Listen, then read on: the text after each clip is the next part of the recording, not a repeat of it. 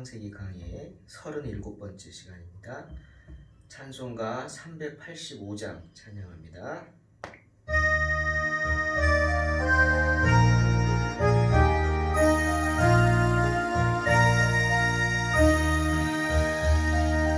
못 박혀 죽으신 하나님 어린 양 믿습니다.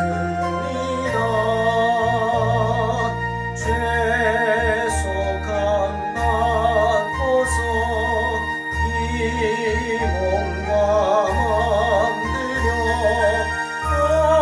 온전히 빌 때에 들으소서.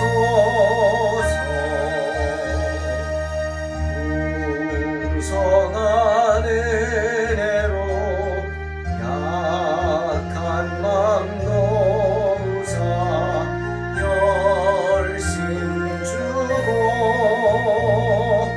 날 계속했으니 주 사랑하는 맘 불같이 뜨겁게 하옵소서. 이 세상 어두워 길 찾지 못하니 인도하사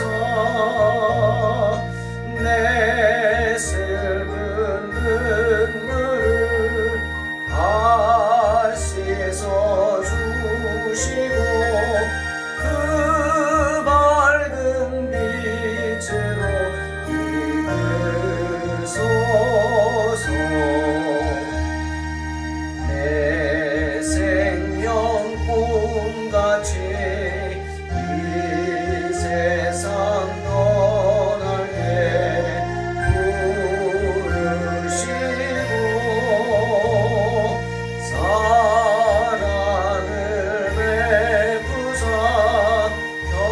평안케 하시며 영생을 누리게 하옵소서.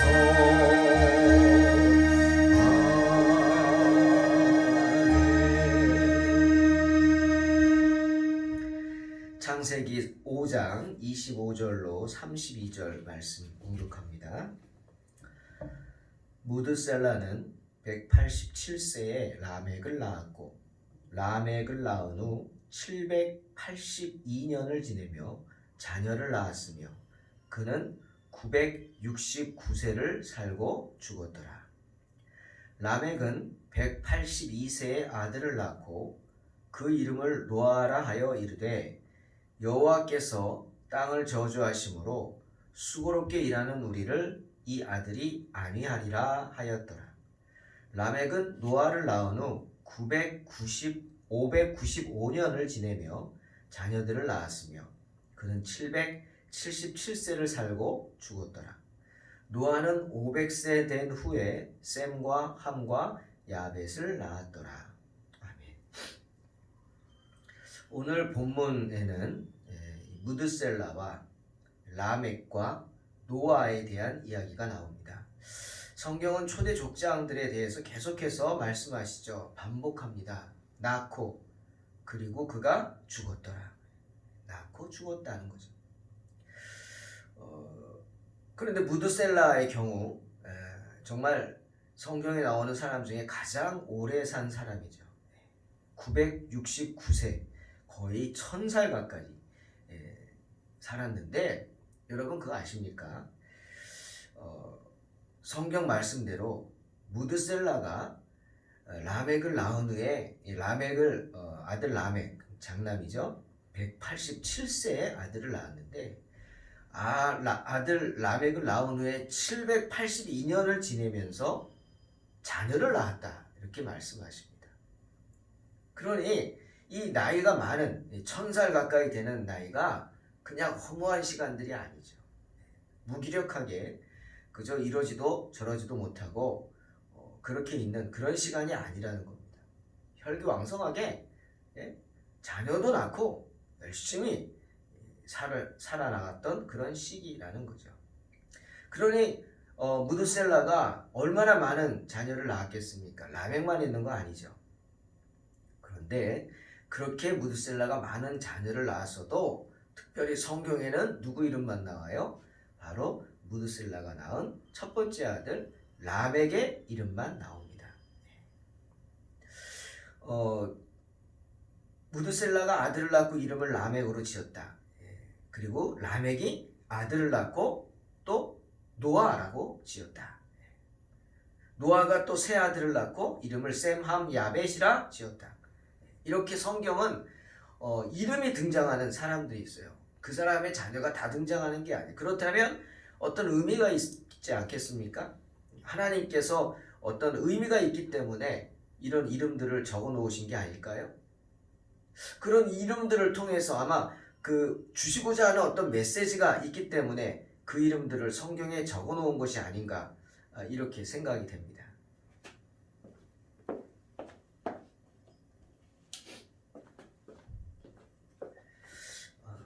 그 의미가 뭘까? 먼저 이 무드셀라라는 이름, 이 무드셀라는요 히브리 말로 그 뜻이 그는 죽는다라는 뜻이라고 합니다. 참 아이러니하게 죽는다라고 이름을 지었는데 이 세상에서 가장 오래 살았죠. 그래서 왜 우리 어른들이 예전에 아이들이 일찍 죽으니까 그냥 이름도 처음에 막 짓지 않고 그냥 개똥이라고 소똥이라고 말똥이라고 막 이렇게 함부로 막 불렀죠. 왜? 그렇게 하면은 오래 산다는 그런 생각을 한 것 같아요. 뭐 그건 뭐 여기 해당된 소리는 아니지만 그 생각이 나네요. 너는 죽는다. 죽는다 라고 했더니 제일 오래 살았다. 이 무드셀라의 이야기를 통해서 뭐 이야기 있습니까? 그냥 무드셀라가 969세 살다가 죽었고 자녀를 187세에 라멕을 낳았다. 이게 답니다. 그런데 이 무드셀라의 이야기를 통해서 우리가 느낄 수 있는 게 있죠. 뭡니까? 히브리서 9장 27절 여러분 생각나죠? 한번 죽는 것은 사람에게 정해진 것이다 라는 겁니다. 하나님이 정하신 것입니다. 사람이 이 세상에 태어나면 죽는 거예요. 아무리 오래 살아도요 결국은 뭐예요? 죽습니다. 무드셀라를 보십시오. 아무리 오래 산다 할지라도 언젠가는 죽게 된다는 말이에요. 어떻게 보면 969년이라는 긴 시간이 그 긴 시간을 죽음이 찾아온 거죠. 천천히 찾아온 겁니다. 하지만 반드시 찾아오죠. 그것이 진리라는 겁니다. 여러분 무드셀라를 이야기를 보면서 야 이렇게 오래 살았는데 나는 뭐야 이러지 마시고 무드셀라를 보면서 아무리 오래 살아도 죽는구나. 그게 하나님이 정하신 진리라는 거예요. 그 다음에 이 무드셀라의 삶을 한번 보십시오. 무드셀라의 아버지는 에녹입니다. 여러분 우리 지난 시간에 에녹 얘기했죠? 에녹은 무드셀라를 낳고 그리고 300년 후에 아버지를 잃습니다. 에녹의 나이가 365세고 무드셀라의 나이가 65세입니다. 물론 에녹이 죽음을 맛보지 않고 하나님께 데려감을 당했어요. 그러니 900세 이상을 사는 당시 시대니까 365세라면 어떡할까요? 청춘이죠. 그렇지 않습니까? 청춘이에요. 혈기왕성한 우리 한 40대쯤 될까요? 그런 나이인데 에녹을 하나님이 데려가셨어요. 그건 하나님의 입장이시고 이 에녹의 가족의 입장은 뭘까요? 특히 이 무드셀라의 입장은 뭐예요? 아버지가 요절한 거예요. 그런 생각 하지 않으십니까? 저는 말씀 준비를 하면서 그 생각했어요. 에녹의 입장에서는 무드셀라의 입장에서는 정말 황당하겠다. 가장이 갑자기 사라졌어요. 가장이 뭐합니까? 가정을 이끌어야 돼요. 쉽게 말하면 먹여 살려야 된단 말이에요. 여러분 한 가지 더. 족장 시대는 너무나 살기가 어려웠습니다. 왜? 하나님이 저주했잖아요. 땅을 저주했죠. 아담 때문에 저주했고 특히 가인 때문에 땅을 저주했어요. 그죠? 너희가 씨 뿌리지 않으면 거둘 수 없지만 씨를 뿌려도 거두기 힘들다고. 땅이 너에게 정말 척박한 그것을 낼 것이다. 분명히 하나님이 땅을 저주하셨어요. 그러니 초대 족장 시대는 얼마나 살기가 힘들었겠어요. 감자씨를 10개를 뿌리면 하나둘 나올까 말까 그런 경우라고요. 그런데 그렇게 힘들게 사는데 아비가 갑자기 없어져 버렸어요. 죽었는지 뭔지 에녹의 무드셀라 입장에서는 너무 황당한 거예요. 이런 생각해봤어요. 에녹이 하나님과 동행하면서 이 세상의 삶이 너무 힘들다고 하나님 저 좀 빨리 데려가 주세요. 이렇게 애원했나? 뭐 그런 생각까지 해봅니다. 아무튼 그 덕에 그 에녹의 고통이 아들 무드셀라에게 이어진 거예요. 아버지가 계시면 아버지와 함께 일하면서 그 고통을 덜어갈 수 있잖아요. 여러분 뭐가 힘이 됩니까? 옆에 누가 있다는 것이 힘이 되는 거죠. 저도 지금 벌써 아버지 돌아가신 지 10년 됐는데 지금도 그립더라고요. 누군가 옆에 있다는 거, 아버지가 옆에 계시면 계시는 것 자체가 힘이 되는 거거든요. 근데 무드셀라가 어린 나이에 가버리셨어요. 얼마나 무드셀라는 힘들었을까요? 어린 몸으로 그 세상에 맞서 싸워야 했단 말이죠. 근데 그 무드셀라의 고통이 여러분 오늘 라멕에게 이어집니다. 그리고 그 라멕이 받은 고통이 누구에게? 노아에게 이어지는 거예요. 라멕은 무드셀라의 아들이자 에녹의 손자입니다. 그런데 이 라멕도요 에녹 할아버지하고 113년을 함께 살았습니다. 계산해보니까 라멕도 에녹을 알아요. 113년 동안 할아버지하고 같이 살았어요. 그러니까 할아버지가 힘들어하는 걸 봤을 거고 인생 가운데 그 다음에 아비 무드셀라의 힘들어하는 거 특히 할아버지가 하나님께 데려감을 당한 후에 혼자서 그 가정을 이끌고 자녀를 이끄는 것을 보면서 그 고통스러운 걸 다 봤어요. 또 자기 또한 자기 몸으로 보태야죠. 같이 일하면서 인생의 고통들을 아마 체험했을 겁니다. 그래서 여러분 오늘 성경 보세요. 라멕이 182세에 아들을 낳았는데 그 아들의 이름을 뭐라 그랬어요? 노아라 그랬어요. 노아. 여러분 노아가 히브리 말로 무슨 뜻인 줄 아십니까? 안식한다는 뜻입니다. 안식. 쉰다는 거예요. 편하게. 그리고 또 하나는 위로한다는 거예요. 위로. 그러면서 오늘 본문에 라멕이 뭐라 그랬어요?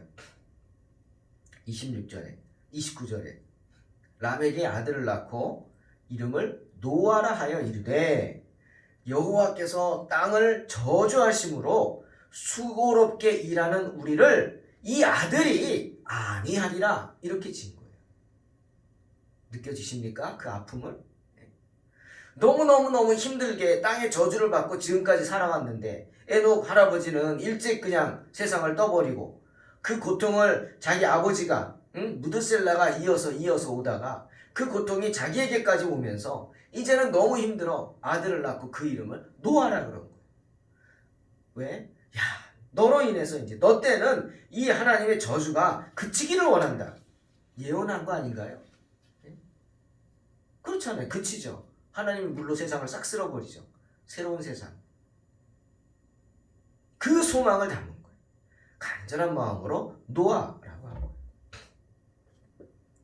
라멕은 그의 아들 노아 시대에 하나님께서 자신들의 모든 죄를 용서하시고 특별한 은혜를 내려주셔서 이제는 안식할 수 있게 해달라고 그렇게 소망하는 마음으로 아들 이름을 노아라고 지은 것입니다.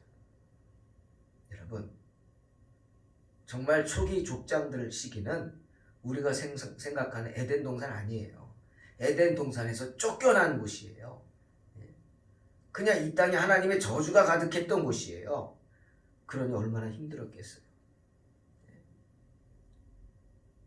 아담과 하와의 죄, 특히 가인의 그 범죄, 그나마 그 땅이 가인이 동생을 돌로 쳐 죽인 그 피 때문에 더 흙이, 땅이 사람들을 저주한 거예요. 노아 또한 세 아들의 이름을 짓습니다. 셈, 함, 야벳 이렇게 나옵니다. 그리고 이름을 짓고 노아에 이르러서 모든 이 아담의 초대, 그 초기의 족보가 다 끝이 납니다. 아마 물로 세상을 심판하셨기 때문에 새로운 아담, 제2의 아담, 노아를 시작해서 새로운 세상이 열렸기 때문에 그렇겠죠. 노아가 언제 죽었는지 성경은 기록하지 않습니다.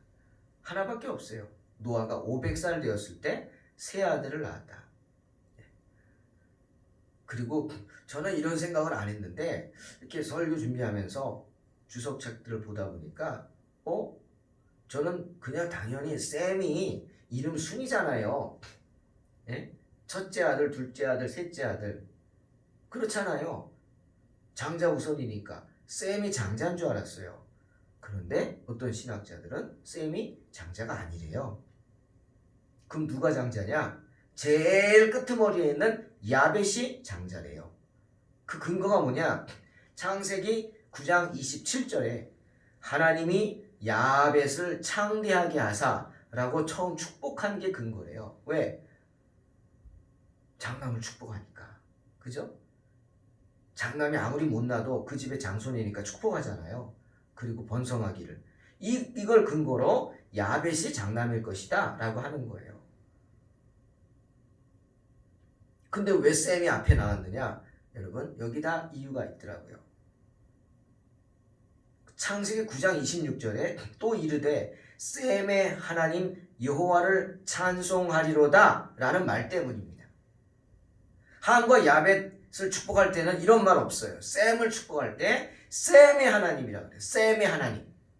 무슨 말이죠? 하나님이 누구의 하나님이에요? 함과 야벳의 하나님이 아니라 셈의 하나님이에요. 셈은 장남도 아닌데 왜 그랬을까? 창세기 9장 27절 더 확실한 이야기가 나옵니다.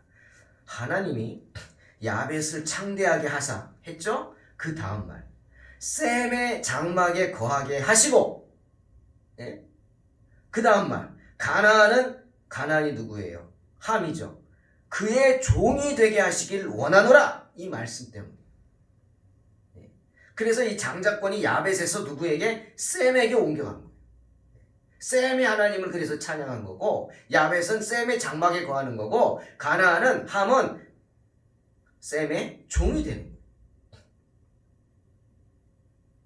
이해가 되시죠? 하나님이 셈을 믿음의 후계자로 축복하신 거예요. 셈이란 말은 히브리 말로 뜻이 이름이라는 뜻입니다. 이름. 셈이 이름이라는 뜻이에요.